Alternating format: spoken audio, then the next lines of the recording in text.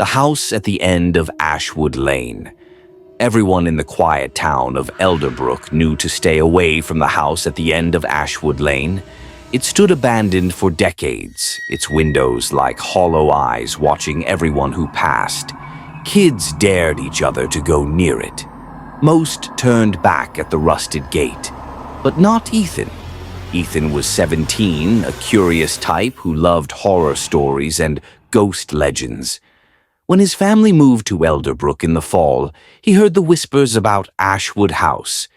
People went in and never came out. At night, lights flicker inside even though no one's lived there in 50 years. They say the house chooses who it wants to keep.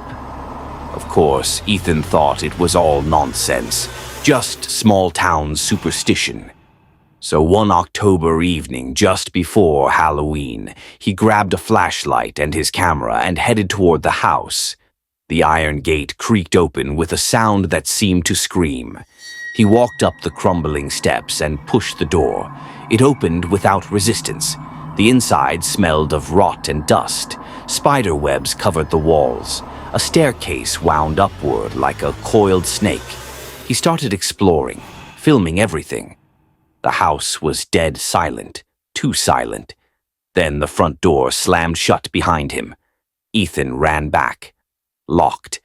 Okay, creepy, but probably just wind, he muttered, though there was no breeze. He moved through the rooms, noticing strange things. A chair rocking on its own. Footsteps upstairs, though he was alone. A child's laughter echoing faintly through the halls. Still, he kept filming. He climbed to the second floor. The hallway was lined with portraits. Each face was faded, except one. A little girl with a cracked porcelain doll. Her eyes were too real. As Ethan stared, her head tilted slightly. He dropped his flashlight. Darkness swallowed everything. Panic set in. He fumbled to turn on the flashlight again, but when the beam returned, the girl was gone. The portrait was empty, just a blank canvas. He turned and saw her standing at the end of the hallway.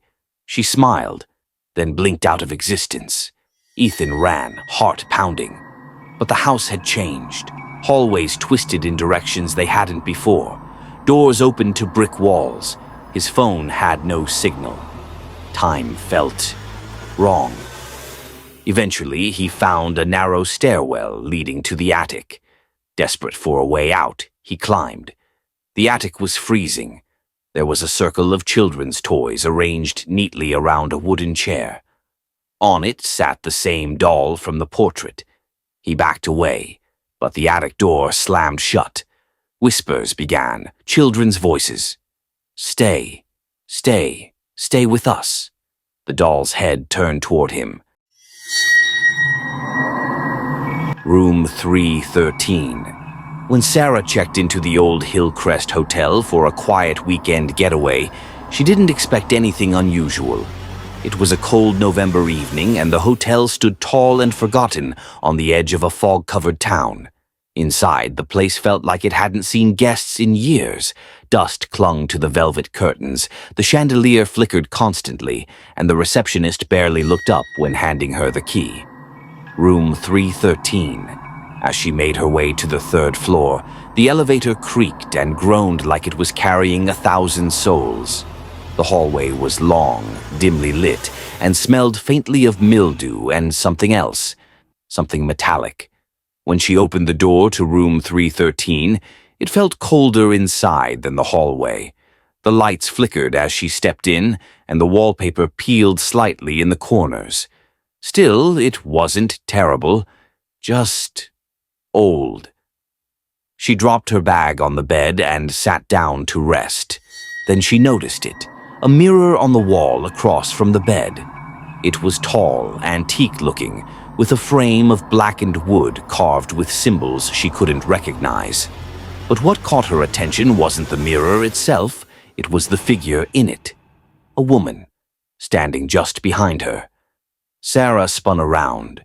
No one. The room was empty. She looked back at the mirror. The woman was still there, long black hair, a pale face, empty eyes. and slowly she raised a hand and pressed it to the inside of the glass. Sarah stumbled back, heart racing. She grabbed her phone to take a picture, but the screen stayed black, frozen. The lights in the room began to buzz louder.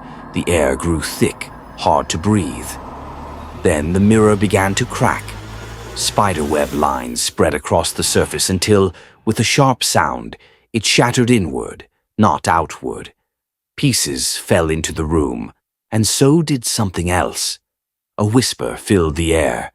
"I've waited for someone to see me." Sarah ran for the door. It wouldn't open. She screamed, pounded on the walls, but no sound came out. The room was swallowing her. The last thing she saw before the lights went out completely was the woman, now standing in the room, her face just inches from Sarah's, smiling.